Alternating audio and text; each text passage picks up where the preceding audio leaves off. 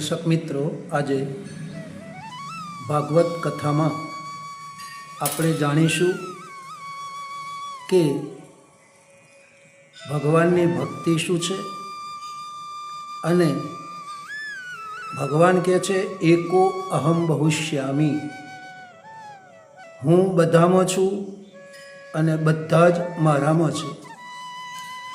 એટલા માટે અહીંયા કહેવામાં આવ્યું છે આત્મા જ્ઞાનમય શુદ્ધો વ્યતિરિક્તો ગુણાન્વય સુષુપ્તિ સ્વપ્ન જાગૃતિ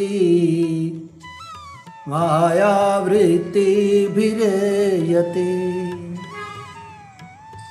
અહીંયા કહેવામાં આવે છે આત્મા માયા અને માયાના કર્મોથી અલગ છે. તે વિશુદ્ધ જ્ઞાન સ્વરૂપ છે અને અવતાર ભેદોથી રહિત સર્વથા શુદ્ધ છે. કોઈ પણ ગુણ તેને સ્પર્શતો નથી તથા તે જાગ્રત, સ્વપ્ન અને સુષુપ્તિ ત્રણેય અવસ્થાઓથી અલગ છે. એટલે ભગવાને કહ્યું કે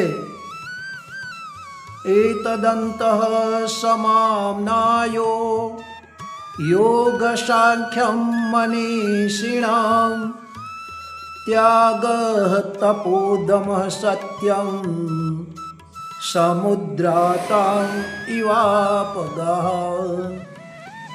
ભગવાન કહે છે કે જે પ્રકારે બધી નદીઓ ફરી ફરીને સમુદ્રમાં પહોંચે છે, એ જ પ્રકારે મનસ્વી પુરુષોનો વેદાભ્યાસ, યોગ સાધના, આત્માના તમ વિવેક, ત્યાગ, તપસ્યા, ઇન્દ્રિય સંયમ અને સત્ય વગેરે સમસ્ત ધર્મ મારી પ્રાપ્તિમાં જ સમાપ્ત થાય છે.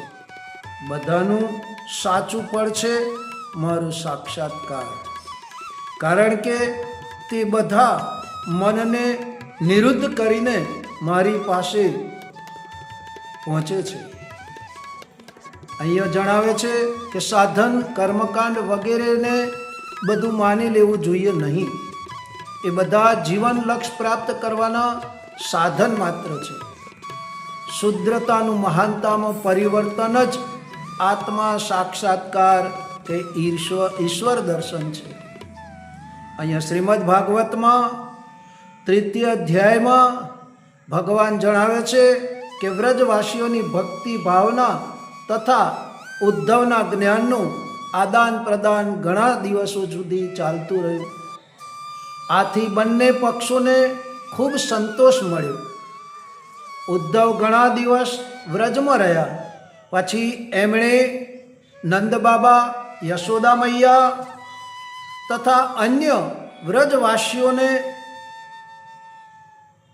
અને તેઓની પાસેથી મથુરા જવાની આજ્ઞા માંગી.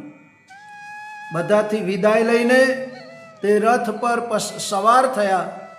નંદબાબા તથા અન્ય ગોપોએ કૃષ્ણને આપવા માટે ઘણી બધી ભેટો આપી તથા આંખોમાં આંસુ ભરીને ઉદ્ધવે કહ્યું કર્મભીર્ભ્યામ્યમાણાનાં યત્ર ક્વાપી સ્વરેચ્છયા મંગલાચરી તૈદાનૈ રતિર્નઃ કૃષ્ણ ઈશ્વરો. ઉદ્ધવજી, અમે સાચું કહીએ છીએ, અમને મોક્ષની ઈચ્છા બિલકુલ નથી.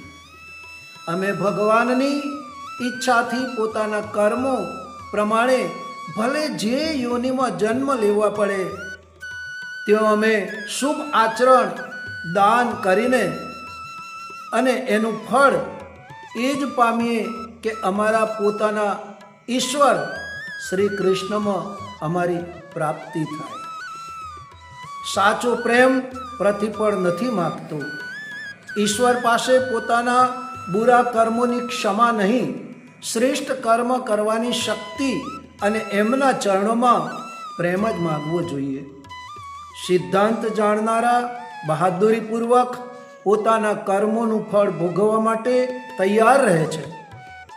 શુભ આચરણો પ્રત્યે લગાવ હોવો જોઈએ, ઈશ્વરની કૃપા છે.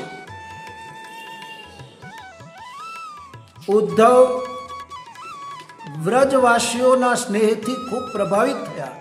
મથુરા આવીને કૃષ્ણને મળ્યા.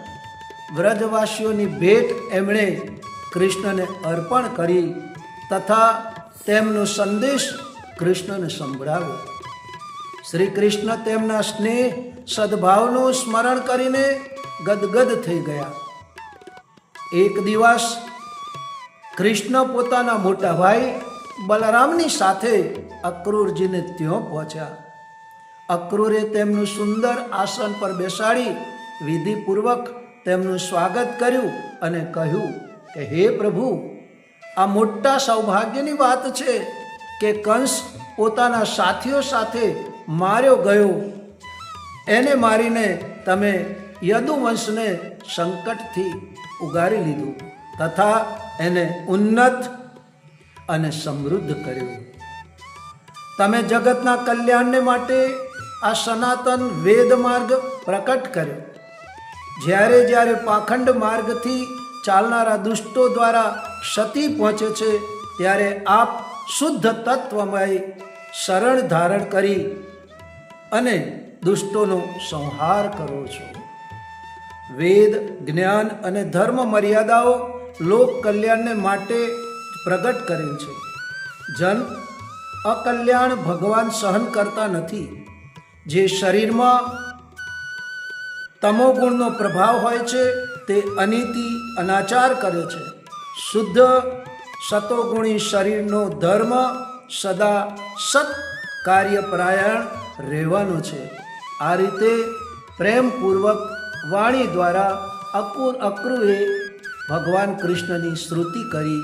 કૃષ્ણએ કહ્યું, કાકા, તમે અમારા શ્રેષ્ઠ હિતેચ્છુ છો. આથી આપ પાંડવોનું હિત કરવા તથા તેમના કુશળ સમાચાર જાણવા માટે હસ્તિનાપુર જાઓ. મેં સાંભળ્યું છે કે પાંડુના મૃત્યુ પછી પાંડવ પોતાની માતા કુંતી સાથે દુઃખોમાં પડેલા છે. રાજા ધૃતરાષ્ટ્ર પોતાના દુષ્ટ પુત્ર દુર્યોધનને અધીન છે. આથી તે પાંડવોની સાથે ન્યાય કરી શકતા નથી. આપ ત્યાં જઈને તેમની સ્થિતિના વિષયમાં સાચી જાણકારી પ્રાપ્ત કરો. તમારા દ્વારા સાચી માહિતી મળ્યા પછી હું એવો પ્રયાસ કરીશ જેથી મારા તે સગા સુખી થાય. અક્રૂરને આવું કહીને કૃષ્ણ બલરામની સાથે પાછા આવી ગયા. ભાઈઓ બહેનો, આ વિડીયો આપને ગમ્યો હશે તો આ વિડીયોને લાઈક કરો, શેર કરો, સબસ્ક્રાઈબ કરી